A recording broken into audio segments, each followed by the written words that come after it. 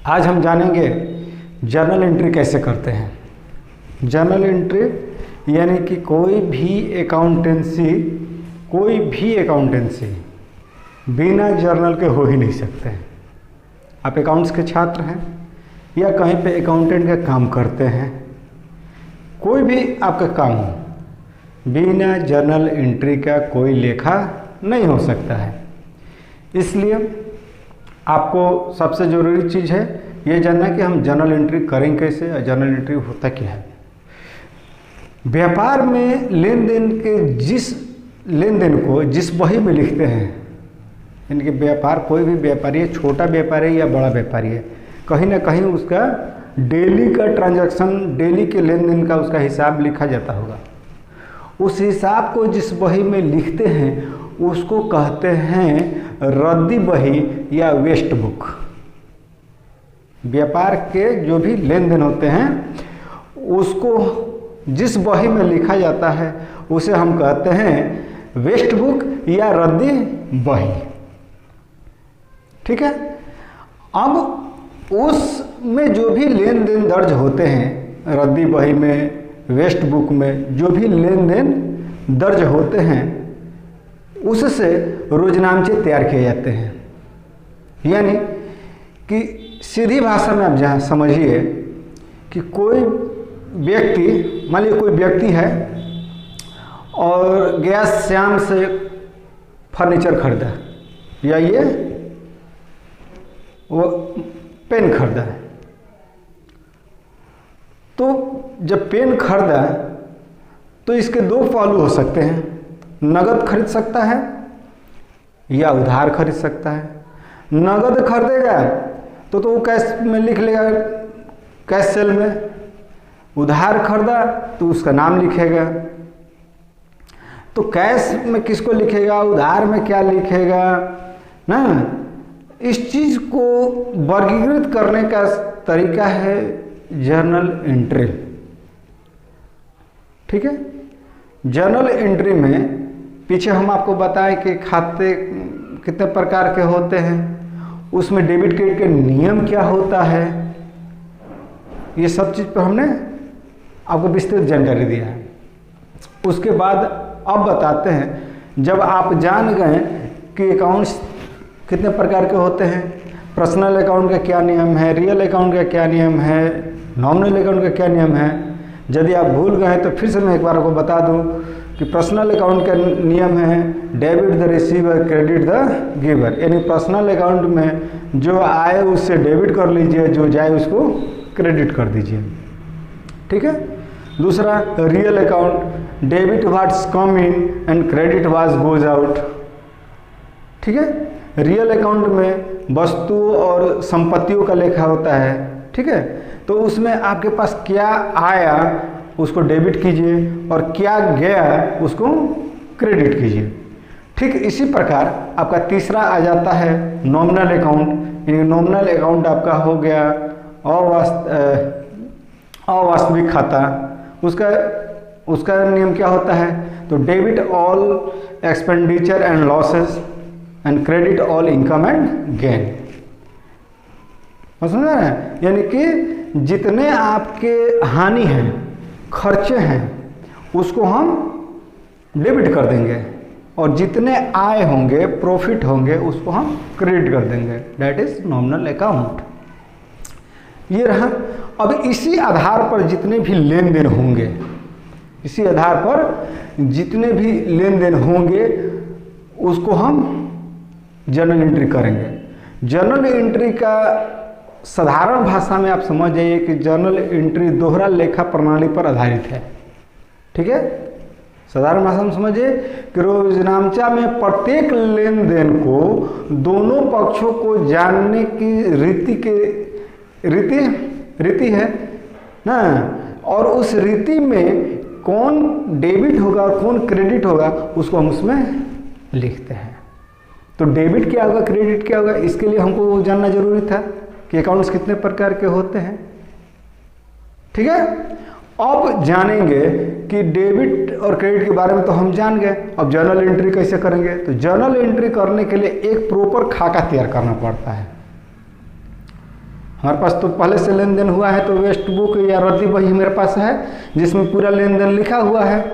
अब उस लेन देन से हम जर्नल एंट्री करेंगे। तो जर्नल एंट्री कैसे करेंगे, उसका क्या प्रारूप है, कहाँ करेंगे उसको, तो उसके लिए एक प्रारूप, एक खाका खींचा जाता है। ठीक है, उस खाके में 5 कॉलम होते हैं। आपके पास जर्नल का रजिस्टर तैयार होगा या आपको तैयार करना पड़ेगा। मान लीजिए कि प्रिंटेड है जर्नल एंट्री का बुक, तो आप उस पर फटाफट एंट्री कर लीजिएगा।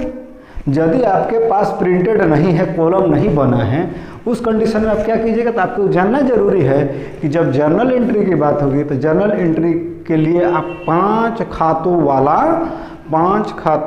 खानों वाला एक पृष्ठ तैयार किया जाता है जिसमें जर्नल एंट्री किया जाता है। तो पहले हम उस खाने को जानिए। तो जर्नल एंट्री के लिए आप 5 खाने वाला सबसे पहले ऊपर से एक लाइन मारिएगा। ठीक है, फिर साइड से एक लाइन इधर छोड़ दीजिएगा, फिर इधर से कुछ जगह छोड़ दीजिएगा, इतना ही जगह फिर दूसरा छोड़ दीजिएगा, और इससे थोड़ा पतली एक ठो लाइन खींच दीजिएगा, और फिर कुछ जगह छोड़कर नीचे से अंडरलाइन कर दीजिएगा ताकि इन सब कॉलम का नाम उसमें लिखा जा सके। तो आप गिन लीजिए कितना कॉलम है, 1 2 3 4 5 कॉलम है इसमें। इन्हीं 5 कॉलम में हम इन्हीं 5 कॉलम के माध्यम से जर्नल एंट्री हम करेंगे। ठीक है, तो इस नंबरिंग को हटा देते हैं। तो आपके जानने के लिए हम इसको लिखे थे कि 5 कॉलम है। पहला ये जो कॉलम है इसमें हम लिखते हैं डेट। इसमें क्या लिखते हैं, डेट, यानी कि किस तिथि में किस तारीख में लेन देन हुआ उस डेट को इसमें हम लिखते हैं। नेक्स्ट कॉलम होता है पार्टिकुलर्स।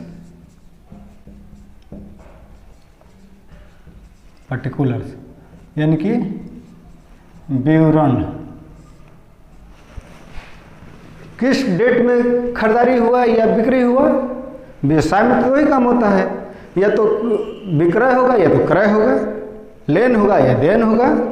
तो लेन देन कुछ भी होगा तो किसी न किसी पर्टिकुलर डेट में होगा। बिना मान लीजिए आज कोई तारीख है तो आज के डेट में हुआ होगा, या कल के डेट में हुआ होगा, या 5 दिन के बाद के डेट में हुआ होगा, या ना। तो जो भी डेट होगा डेट कॉलम में डेट निर्धारित करेंगे। क्या लेन देन हुआ उसका विवरण इसमें लिखेंगे, बस समझ लीजिएगा। और उसके लिखने का तरीका जो है वो अकाउंट्स की जो शैली है, अकाउंट्स की जो नियम है उसके अनुसार इसमें एंट्री करेंगे। तीसरा आपका हो जाता है एलएफ यानी कि लेजर फोलियो। जर्नल के ठीक बाद लेजर तैयार किया जाता है। ये जब खाका जर्नल आप तैयार कर लीजिएगा तो जर्नल के बाद आपको लेजर तैयार करना पड़ता है। तो लेजर कैसे तैयार होगा, तो इसी जर्नल से लेजर तैयार होता है, यानी कि इसमें का जो डेबिट क्रेडिट का एंट्री होगा वो लेजर के डेबिट क्रेडिट में जाकर वो एंट्री लेगा। तो जर्नल का एक बुक हो गया और लेजर का दूसरा बुक हो गया। बात समझिएगा, डेट समझ गए, पर्टिकुलर समझ। अब एलएफ आपको समझा रहे हैं, एलएफ पर विशेष ध्यान दीजिएगा, ये बड़े मजे का चीज़ है।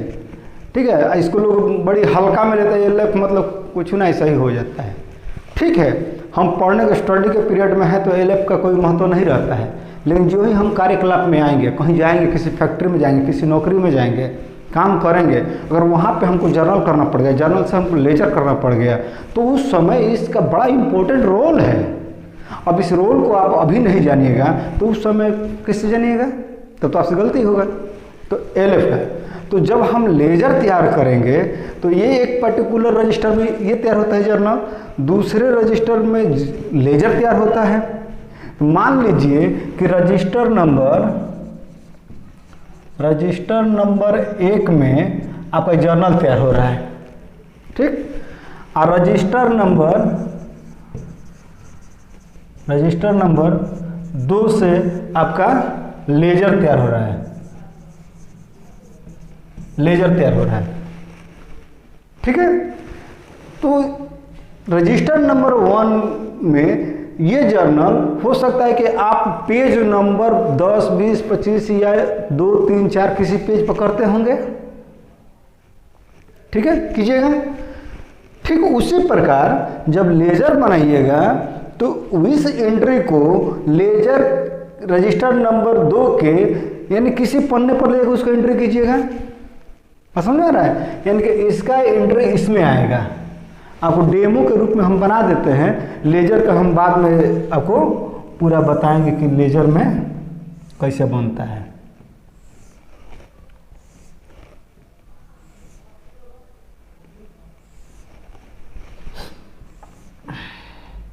ध्यान दीजिएगा इसमें, तब जाके आपको समझ में आएगा। हाँ, ठीक है।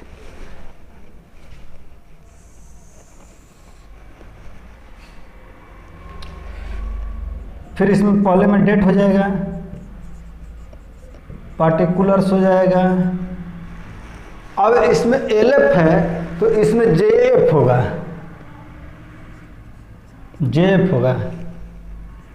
फिर इसमें अमाउंट, फिर डेट, फिर पार्टिकुलर्स, फिर इसमें जेएफ, इसमें अमाउंट। यानी कि ये हो गया डीआर अमाउंट, ये हो गया सीआर अमाउंट। अभी इसका एंट्री हम नहीं बताएंगे, सिर्फ बेसिक जानकारी के लिए, ताकि जब आपको लेजर आए तो समझ में आ जाए कि हाँ सर ने आपको लेजर के बारे में थोड़ा सा हिंट दिया था। तो जस्ट जर्नल के बाद लेजर तैयार होता है। तो हम थे एलएफ को आपको बता रहे थे, यानी कि रजिस्टर नंबर 1 के मान लीजिए कि पेज नंबर 10 पे ये जर्नल बन रहा है, पेज नंबर 10 पे जर्नल बन रहा है, और लेजर में ये पेज नंबर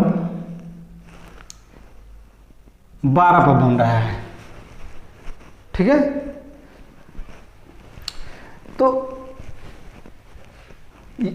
जब इसमें से यहां एंट्री करेंगे, ठीक है, जर्नल का एंट्री जब लेजर में होगा तो जेएफ यानी कि ये 10 नंबर वाला पेज इसमें लिखा जाएगा, ठीक। और इसका पेज नंबर यानी कि 12 नंबर वाला यहां चल जाएगा। इसका मतलब क्या होता है?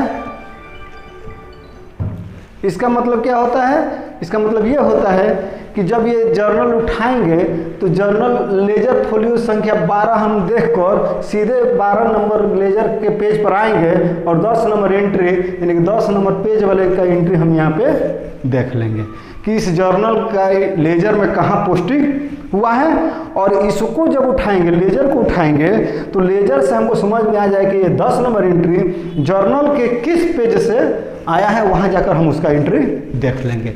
यही इसका मेन फंडा है, यानी कि उसको जांच करने के, देखने के कि आखिर ये लेजर में एंट्री हुआ है तो कहाँ से हुआ है, और ये जर्नल में 12 नंबर लिखा है तो इसका मतलब है कि ये लेजर के 12 नंबर पेज पर ही एंट्री गया है। इस तरह से इसको हम जान लेंगे। तो ये हुआ लेजर। उसके बाद से होता है अमाउंट।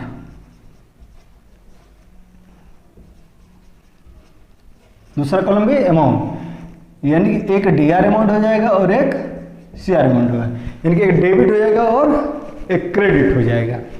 समझे? तो इस तरह से जर्नल के ये खाके हो गए। और जर्नल में जो भी कॉलम होते हैं उसको हम आपको बता रहे हैं। डेट यानी जिस डेट में ट्रांजैक्शन हुआ उस डेट को इसमें लिखेंगे, क्या ट्रांजैक्शन हुआ, डेबिट और क्रेडिट करके इसका विवरण लिखेंगे। और जितना डेबिट अमाउंट होता है सेम उतना ही क्रेडिट अमाउंट होता है। कहने का मतलब, अब कोई पूछ देगा जितना डेबिट होगा उतना क्या क्रेडिट होगा, तो साधारण सी बात है। मान लीजिए हमें पेन खरीदने गए, दुकानदार के पास गए और कहा कि इस पेन का कीमत हमको लगता है कि 10 रुपया होगा। तो हमने कहा कि एक बोर्ड मार्कर पेन दीजिए हमको, कुछ पढ़ाना है बच्चों को। तो उसने हमको क्या दिया, पेन दिया। हमने बोला इसका क्या कीमत है ना, यानी इसका वैल्यू क्या है, आपके दुकान में इस पेन का वैल्यू क्या है। उसने कहा कि इसका वैल्यू 10 रुपया है। हमने अपने जेब से निकाला और उसको 10 रुपये दिया। डैट मीन्स यानी कि जितने का पेन हमने परचेज किया उतना ही रुपया हमने दुकानदार को दिया। तो डेबिट और क्रेडिट सेम हो गया, यानी कि 10 रुपये का पेन मेरे पास आया तो डेबिट हो गया, जो आया मेरे पास डेबिट, और मेरे पास से क्या गया, 10 रुपये गया तो क्रेडिट। तो 10 रुपये का पेन आया तो 10 रुपये गया, इसीलिए डेबिट और क्रेडिट का अमाउंट सेम होता है। अब जान लेते हैं पर्सनल अकाउंट, नॉमिनल अकाउंट और रियल। लिखा के आपको हम बता दिए कि कैसे होंगे। अब आपको जनरल एंट्री बता देते हैं, यानी कि personal account, real account, nominal account, यानी कि तीनों अकाउंट का एक एक जनरल एंट्री आपको हम बता देते हैं जल्दी जल्दी। एक नंबर में कैश रिसीव फ्रॉम राम, दूसरा फर्नीचर परचेज फ्रॉम श्याम 10,000 और सैलरी पेड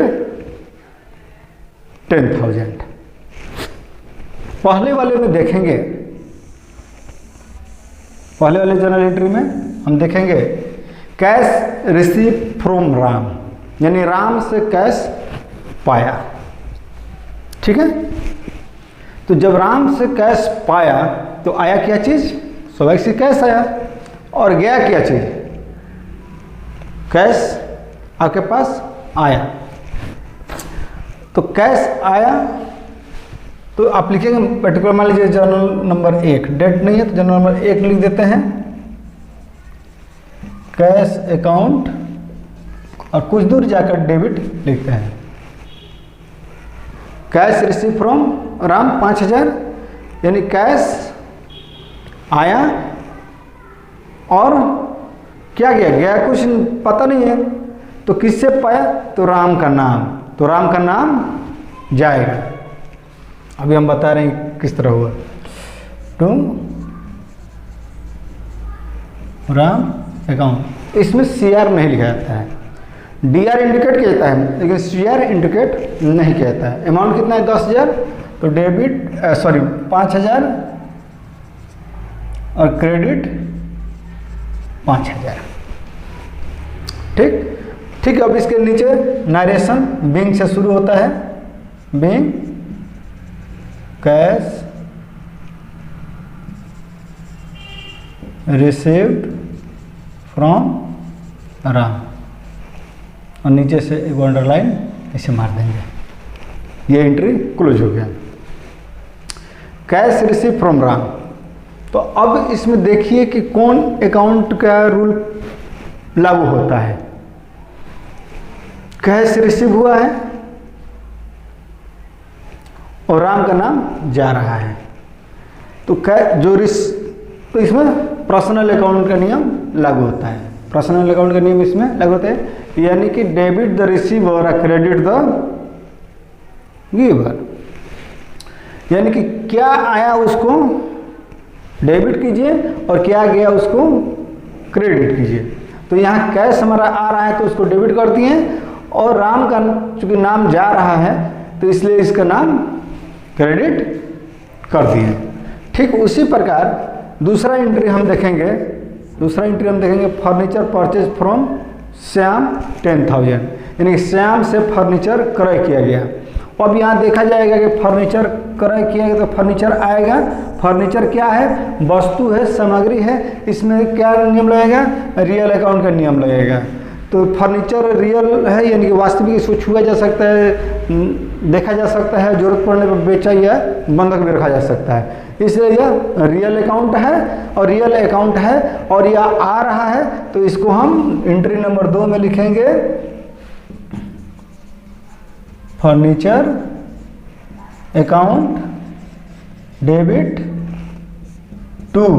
अब देखिए यहाँ पे श्याम का नाम भी है और यहाँ रुपया भी है, ठीक है। तो यहाँ फर्नीचर परचेज फ्रॉम श्याम 10,000, यानी कि नाम के साथ पैसा जुड़ गया, इसका मतलब कि नगदी लेन देन हुआ है। उधार का ऐसा मामला नहीं है। तो यहाँ टू कैश अकाउंट, यहाँ श्याम का नाम नहीं लिखेंगे, ठीक है ना, यहाँ श्याम का नाम नहीं लिखेंगे, टू कैश अकाउंट। जब हम नगदी लेन देन करें तो उनका नाम लिख के काहे लगे बोझा बनाएंगे। कैश में एंट्री किए हैं, कैश चला गया, being furniture purchase from Shyam, इसको भी अंडरलाइन हम कर देंगे। और फर्नीचर का वैल्यू जितना है 10,000, 10,000 यहाँ डेबिट में और 10 से 1000 उसका क्रेडिट में हम लिख देंगे। क्लियर हो रहा है ना। ठीक उसी प्रकार तीसरा एंट्री है सैलरी पेड। सैलरी पेड कर रहे हैं तो सैलरी क्या है, ना कोई पर्सन है ना कोई वस्तु है, तो सैलरी को हम रखते हैं नॉमिनल अकाउंट, यानी कि खर्चे हैं मेरे किसी भी व्यवसाय या दुकान या फैक्ट्री के लिए सैलरी देना, उसका क्या होता है, एक्सपेंस होता है, खर्च होता है। तो जब खर्च हो गया तो ये क्या हो गया, नॉमिनल अकाउंट हो गया। तो कहता है कि debit all expenses and losses and credit all income and gain. तो सैलरी क्या है, सैलरी आपका खर्च है, एक्सपेंस है, तो इसको हम क्या करेंगे, डेबिट करेंगे। तो 3 नंबर में इसको क्या लिखेंगे, सैलरी अकाउंट डेबिट। अब चूंकि यहाँ कैश है डायरेक्ट, तो to cash account. Same process, जितना सैलरी डेबिट होगा यानी कि 10,000 फैक्ट्री का खाता कम हुआ और दुकानदार का जो भी उस कर्मचारी है उसका खाता क्रेडिट हो गया 10,000 से, नारेशन। ठीक उसी प्रकार बीइंग